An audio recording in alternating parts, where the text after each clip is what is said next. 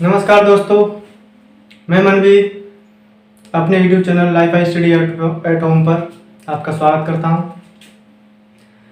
तो जैसा कि डेली आपके लिए मैं 10 क्वेश्चन लेके आता हूं, बहुत ही इम्पोर्टेंट क्वेश्चन होते हैं। वो प्रीवियस ईयर के एग्जाम में आए हुए होते हैं। तो इससे पहले मैंने कई वीडियो बना दी उसके ऊपर, आपने अगर नहीं देखी तो मैथ्स की प्लेलिस्ट की जो लिंक है डिस्क्रिप्शन में आपको मिल जाएगी, वहाँ से देख सकते हैं। तो आइए आज के क्वेश्चन देखते हैं। 10 क्वेश्चन है, बहुत ही प्यारे क्वेश्चन है, एक एक करके देखेंगे। तो देखते हैं पहला क्वेश्चन किस तरह से है। पहला क्वेश्चन दिया है, किसी शहर की जनसंख्या उसके 5वें भाग से 5000 अधिक है, शहर की जनसंख्या बताएं। कोई शहर होगा, उसकी जनसंख्या होगी। तो मान लिया उसकी जनसंख्या कितनी है, हमने मान लिया उसकी जनसंख्या x है। तो उसकी जनसंख्या और उस जनसंख्या के 5वें भाग, इसका 5वां भाग क्या होगा, x/5 ही होगा। इसमें जो अंतर है वो कितना है, या फिर ये जो टोटल जनसंख्या है इसके 5वें भाग से कितने अधिक है, 5000 अधिक है। अधिक हो या कम हो अंतर ही होता है। तो इन दोनों का अंतर कितना आएगा, 5000। तो यहां से एलसीएम लेके 5x में से 4x घटेगा तो 4x बटे 5 उधर पहुंच जाएगा। इधर होने वाले कितने, 25000। x की वैल्यू निकालेंगे यहां से तो 25000 के बटे 4। अच्छा, 25000 का आधा कितना होगा, 12500। और 12500 का आधा, 12000 का आधा 6000। और 500 का 250। तो कितना आएगा, 6250। तो उस शहर की जो जनसंख्या है वो कितनी है, 6250। ऑप्शन सी सही है आपका। समझ में आया। नेक्स्ट क्वेश्चन है दूसरा, इसे साफ करते हैं। सिंपल क्वेश्चन था। अच्छा, अगर इसका दूसरा तरीका आपको देखना है इसी क्वेश्चन का, शॉर्ट मेथड, तो उसमें बोला गया है कि किसी शहर की जनसंख्या उसके 5वें भाग से 5000 अधिक है। तो अगर मैं मान लूं उस शहर की जनसंख्या कितनी है, 5 है। मैंने उस शहर की जनसंख्या कितनी मान ली, 5 मान ली। अब शहर की जनसंख्या 5 है, इसका 5वां हिस्सा कितना होगा, पूरी जनसंख्या 5 है, इसका 5वां हिस्सा, यानी पूरी जनसंख्या 5 है, इसका 5वां हिस्सा कितना होगा, 1 होगा। और जो टोटल जनसंख्या है उस शहर की, उसके 5वें भाग से कितनी अधिक है, 5000 अधिक है। तो इन दोनों में अंतर वैसे कितना है, 5 और 1 में अंतर 4। तो 4 बराबर 5000, 1 बराबर 5000 बट्टे 4। जनसंख्या मानी कितनी थी, 5 मानी थी। देखो उतना ही निकल के आएगा। उसकी टोटल जनसंख्या 5 मानी मैंने, तो टोटल जनसंख्या और उसके 5वें भाग में जो डिफरेंस है वही तो 5000 है। तो यहाँ पे डिफरेंस कितना है, 4 का। और वैसे क्वेश्चन में डिफरेंस दिया है 5000 का। तो 4 बराबर 5000, यहाँ से 1 की वैल्यू 5000 बट्टे 4। माना क्या था, 5 माना था। तो 5 की वैल्यू 25000 बट्टे 4 यानी 6250 होगी। ऐसे भी कर सकते हैं, x नहीं माननी हो तो आप ऐसे भी कर सकते हैं, सिंपल है। दूसरा क्वेश्चन दिया है, एक कक्षा में 15 लड़के हैं जो 158 सेंटीमीटर से अधिक लंबे हैं। दूसरा क्वेश्चन देखिए, बहुत अच्छा क्वेश्चन है। इसी तरह के क्वेश्चन आपके एग्जाम में आते हैं। अगर आप प्रैक्टिस करते रहेंगे तो टाइम की बहुत बचत हो जाएगी। देखिए क्या है, एक कक्षा में 15 लड़के हैं जो 158 सेंटीमीटर से अधिक लंबे हैं। यदि ये लड़कों का 3/4 निश्चित करते हैं। मतलब कहने का यह है, जो ये 15 लड़के हैं, जो 15 लड़के हैं वो 158 सेंटीमीटर से अधिक लंबे हैं। कौन, ये 15 लड़के 158 सेंटीमीटर से अधिक लंबे हैं। कौन, 15 लड़के। और ये टोटल लड़कों का कितने हैं, यदि ये लड़कों का 3/4 निश्चित करते हैं। ये जो 158 सेंटीमीटर से अधिक लंबे जो लड़के जो 15 थे, वो टोटल जो हमारे बॉयज हैं उनका 3/4 है। कौन, 15। तो बॉयज का 3/4 कौन है? ये 15 लड़के। टोटल जो बॉयज है उनका 3/4 कौन है? ये जो 15 लड़के हैं जो 158 सेंटीमीटर से अधिक लंबे हैं। तो यहां से बॉयज कितने निकलेंगे? 20 निकल आएंगे। यहां से जो बॉयज निकलेंगे यानी टोटल लड़के निकलेंगे वो कितने निकलेंगे? 20। ठीक है, आगे बोला गया है तथा कक्षा में लड़कों की कुल संख्या कुल विद्यार्थियों की संख्या का 2/3 हो। आगे बोला गया कक्षा में जो लड़के हैं, अच्छा कक्षा में लड़के कितने हैं? अभी तो निकाले हैं 20। ये जो लड़के हैं वो पूरी क्लास में जो विद्यार्थी हैं उनका 2/3 है। कौन? ये लड़के। तो टोटल का 2/3 कौन है? ये 20 लड़के। तो टोटल विद्यार्थी कितने निकलेंगे यहां से? 60/2 यानी 30। तो कक्षा में टोटल विद्यार्थी कितने हैं? 30। लड़के कितने हैं? 20। पूछा क्या है? तो कक्षा में लड़कियों की संख्या कितनी है? अच्छा, टोटल विद्यार्थी कक्षा में 30 हैं, उसमें 20 बॉयज हैं, लड़कियां कितनी बची? 10 बची। तो क्लास में लड़कियों की संख्या कितनी है? 10 है। सिंपल है, समझ में आ गया? हटाते हैं। अच्छे लग रहे हो तो लाइक कर देंगे सेशन को। क्वेश्चन कैसे हैं? अच्छे हैं। देखिए नेक्स्ट क्वेश्चन क्या है। एक व्यक्ति अपनी संपत्ति का 1/2 भाग बेच देता है, शेष का 1/2 भाग अपने पुत्र को देता है और अंतिम शेष का 1/3 भाग अपनी पुत्री को देता है। यदि पुत्री को 12,500 रुपए मिले हों तो व्यक्ति की कुल संपत्ति कितनी है? देखो कोई व्यक्ति है, उसकी कुछ संपत्ति है। क्या है? उसकी संपत्ति है। तो उस संपत्ति को हम क्या माने? तभी तो आप कर पाएंगे कि संपत्ति का आधा पुत्र को दे दिया, कि उसका 1/3 इतना शेष का पुत्री को या पुत्र को दे दिया, तो कुछ तो मानना पड़ेगा। तो मानने के लिए क्वेश्चन में आप देखिए दिया उसमें 1/2, फिर 1/2 और फिर 1/3। तो इनके जो हर हैं इसी का एलसीएम ले लो, वही मान लो उस व्यक्ति की संपत्ति। 2 दूनी 4 12। तो मैंने मान लिया उस व्यक्ति की संपत्ति कितनी है? 12। अब बोला गया है अपनी 1/2 भाग बेच देता है संपत्ति का। तो संपत्ति थी 12, 1/2 बेच दी, यानी 12 का 1/2 6 उसने क्या कर दी? बेच दी। आगे बोला गया शेष का 1/2 भाग अपने पुत्र को देता है। अच्छा, शेष कितनी बची मुझे ये बताइए। 6 बेच दी, 12 थी, बची कितनी है अब शेष? 6। तो 6 का 1/2 भाग क्या कर देता है? पुत्र को देता है। तो पुत्र को कितना दिया होगा? 3 दिया होगा। पुत्र को कितना दिया होगा? 3। आगे बोला गया है और अंतिम शेष का 1/3 भाग अपनी पुत्री को देता है। अंतिम शेष 6 बेच दिया, 3 पुत्र को दे दिया, शेष कितना बता? शेष कितना रह गया? 3 रह गया। शेष कितना रह गया? 3 रह गया शेष। 3 का 1/3 किसको दिया है? किसको दिया है? पुत्री को। किसको दिया है? पुत्री को। तो 3 का 1/3 1 दिया होगा। ये किसको दिया है? पुत्र को।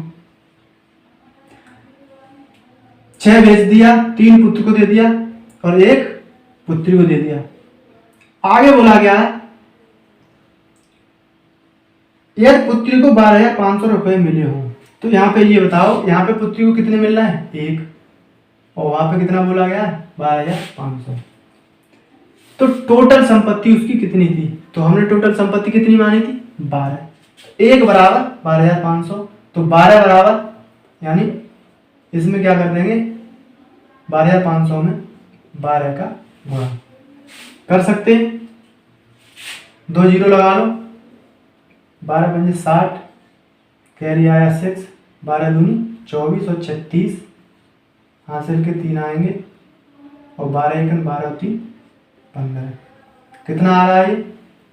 1.5 लाख ऑप्शन में है तो 1.5 लाख ऑप्शन लगा देंगे, ऑप्शन नंबर डी है। समझ में आया? ऐसे करोगे जल्दी हो जाएगा। मैंने आपको बताया इस वजह से टाइम लगा, लेकिन आप अगर स्वयं करेंगे तो बहुत जल्दी हो जाएगा। नेक्स्ट क्वेश्चन देखते हैं। एक दुकानदार 6 टन गेहूं खरीदता है। कोई दुकानदार है,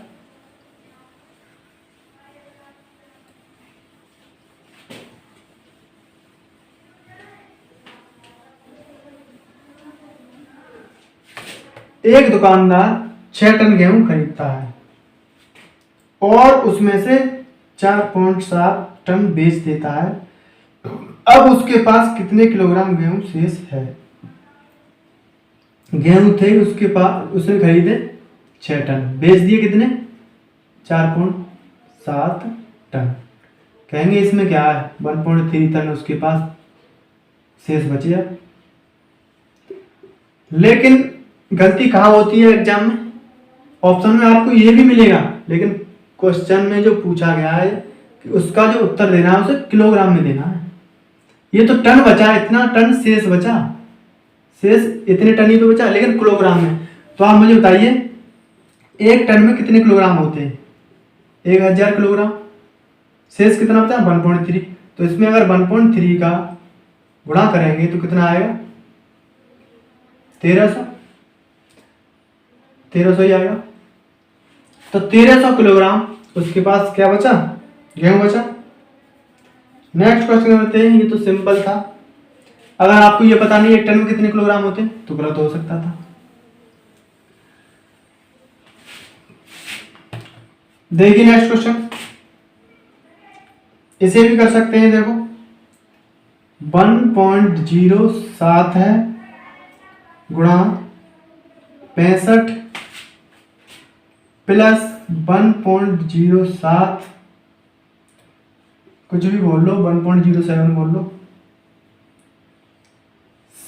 26 प्लस 1.07 गुणा 9। ये क्वेश्चन दिया है, क्या पूछा है? इसका मान बताइए। इनका इनका गुणा करेंगे, इनका इनका गुणा करेंगे, इनका इनका गुणा करेंगे, टाइम लगेगा। क्या करेंगे इसमें से? 1.07 को क्या करेंगे? कॉमन लेंगे। क्या बचा? 65 प्लस 26 प्लस 9, 65 प्लस 26 प्लस 9, तो 1.07, ये हो गया 100। यहाँ से जो आंसर आएगा 107। क्वेश्चन सिंपल था, हो गया। आंसर कितना आया? 107। कॉमन लिया है, केवल कुछ नहीं किया है। नेक्स्ट क्वेश्चन देखेंगे। दिया है रूट में 16/49 बराबर x/49। तो पूछा है इसमें 2x-1 का मान। 2x-1 की वैल्यू क्या होगी?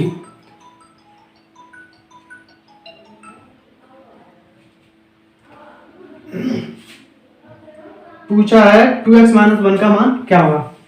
तो यहां से x की वैल्यू निकाल लो और इसमें रख दो। तो देखो ये क्या निकलेगा? 4/7 बराबर x/49। तो 7 से ये 7 बार और 7 का गुणा इधर 28। x की वैल्यू कितनी आई? 28। इसमें रख दो। 28 दूनी 56 में से एक गया 55। आंसर कितना आने वाला है? 55। नेक्स्ट क्वेश्चन करते हैं। 7वां क्वेश्चन हो गया ये। किसी धनराशि का 5/12 भाग, देखो समझ में तो आ रहा है, क्वेश्चन समझ में आ रहा है। देखिए कोई कोई क्वेश्चन हो सकता है बहुत इजी हो आपके लिए, किसी के लिए थोड़ा वैसा भी हो सकता है, तो आप टेंशन ना लें। कोई क्वेश्चन सरल है तो इस अच्छे क्वेश्चन लेके आऊंगा मैं। देखिए किसी धनराशि का 5/12 भाग 100 रुपए के 3 से 3/4 के बराबर है। किसी धनराशि का, कोई धनराशि होगी, उसका जो 5/12 भाग है, जैसे मैंने मान लिया कोई धनराशि हुई x, उसका जो 5/12 भाग है वो किसके बराबर है? 100 के 3 सही 3/4 की, 3 सही 3/4 क्या होता है? 4 3 12 3 15/4। 4 से ये कितनी बार कटेगा? 25। ये कितनी बार कटेगा? यहाँ से x का मान निकाल लो आप। तो 4 से ये कटा 25 बार, 5 से ये कटा 5 बार, ये 75, 75 गुणा 12, 75 का गुणा 12 में कर दो 90। x की जो वैल्यू निकल के आएगी वो कितनी निकल के आएगी? 900। ऑप्शन में है 900, है 900। तो वो किसके बराबर होगा? 900 के बराबर होगा। क्वेश्चन समझ में आया? लेकिन नेक्स्ट क्वेश्चन करते हैं। नेक्स्ट क्वेश्चन क्या कहता है? तो आरआरबी एनटीपीसी हो या आरआरबी ग्रुप डी हो या फिर कोई टेट का एग्जाम हो आपका, इसी तरह के क्वेश्चन आते हैं उसमें। देखिए, दो संख्याओं का अनुपात 8:9 है। दो संख्याओं का अनुपात 8:9 है तथा उनका मासा दिया है 14। एचसीएफ जो दिया है वो कितना दिया है? 14 दिया है। उनका लासा ज्ञात कीजिए। उनका एलसीएम पूछा है, एलसीएम पूछा है। तो ऐसे क्वेश्चन करने के लिए देखो मेरा जो तरीका है वो क्या है। जैसे एचसीएफ दिया है 14, तो जो दोनों संख्याओं का रेशियो दिया है, इनका एलसीएम एचसीएफ कितना होगा? इनका मासा कितना होगा? तो 8 और 9 में मासा 1 होगा। तो रेशियो में जो मासा निकल के आया वो कितना आया? 1। और एक्चुअल में दिया कितना है? 14। 1 बराबर 14। 1 रेशियो की वैल्यू 14, तो 8 रेशियो की वैल्यू 112 और 9 रेशियो की वैल्यू 126। मतलब वो जो संख्याएं होंगी वो एक होगी 112 और एक होगी 126। पूछा क्या है? एलसीएम पूछा है। एलसीएम क्या होगा? हमें पता है संख्या हमारी 1 9 और 8, इनमें कितने का गुणा किया हमने? 14 का ही तो किया। तो 14 के हम बाहर ही रखेंगे क्योंकि जो 112 है इसमें भी 14 है और 126 है इसमें भी 14 है, और इन दोनों को क्या कर देंगे? गुणा।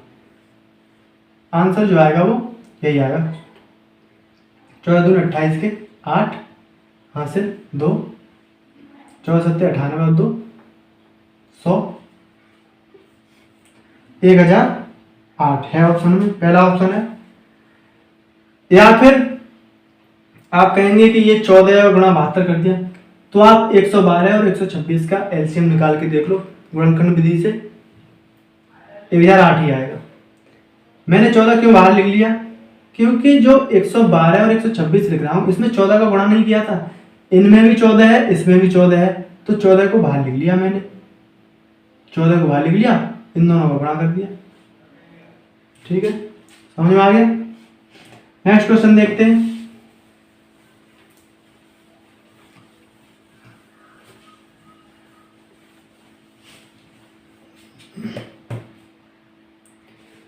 एक परीक्षा में कुल 65% विद्यार्थी उत्तीर्ण हुए। यदि अनुत्तीर्ण विद्यार्थियों की संख्या 420 है तो विद्यार्थियों की कुल संख्या कितनी है? ये कोई परीक्षा थी, उसमें जो विद्यार्थी पास हुए वो कितने हुए? पास कितने विद्यार्थी हुए? 65%। अच्छा, कोई भी चीज होती है वो 100% होती है अपने आप में। 65% पास हो गए तो फेल कितने हुए होंगे? 35% फेल हुए होंगे। परसेंट में 35 फेल हुए हैं, 35%, वहां पे कितने फेल हुए हैं? 420 फेल हुए हैं। तो 35% की वैल्यू 420। आप कहेंगे ये तो बहुत सिंपल क्वेश्चन है, लेकिन मैंने इस क्वेश्चन को क्यों लिया? क्योंकि आप अभी अगर 100% की वैल्यू निकालेंगे तो क्या करेंगे कि 1% की वैल्यू आएगी ये और 100% की आएगी ये, तो काटेंगे, टाइम लगेगा। लेकिन थोड़ा सा इजी करने के लिए क्या मैं 35% को 70/2% लिख सकता हूं? लिख सकते हैं। इससे ये कट गया, 7 से ये कट गया 6 बार, यानी यहां आ गया 10/2। 2 को उधर ले जाए, यहां कितना है? यहां कितना है?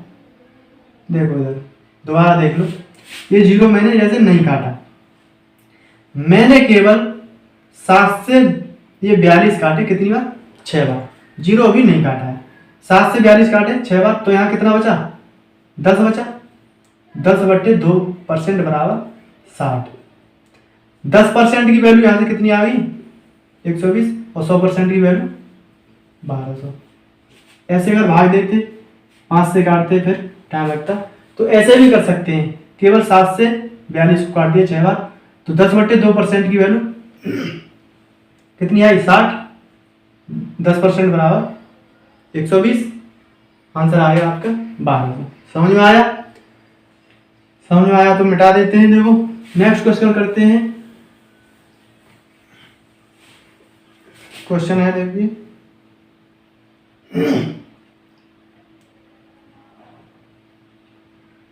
एक संस्था में काम करने वाले 20 कर्मचारियों का औसत मासिक वेतन 1500 रुपए है। एक संस्था में जो कर्मचारी हैं वो कितने हैं? 20 कर्मचारी हैं। उनका जो मासिक वेतन है उसका एवरेज दिया है। कितना दिया है? 1500। कितना दिया है? 1500। अच्छा, औसत बराबर क्या होता है? औसत बराबर क्या होता है? पदों का योग बटे पदों की संख्या। पदों एवरेज दिया कितना है? 1500 दिया है। उनका जो पदों की संख्या है, मतलब कितने लोग हैं, तो यहां से हम क्या निकालने वाले हैं? इनका योग। कितने लोग थे? 20। योग कितना निकल के आएगा? 1500 में 20 का गुणा करेंगे, 1 2 3, 1 2 3 और 15 दूनी 30। कितना आया? 30,000। उनका जो टोटल वेतन है, उन कर्मचारियों का जो टोटल वेतन है वो कितना आया?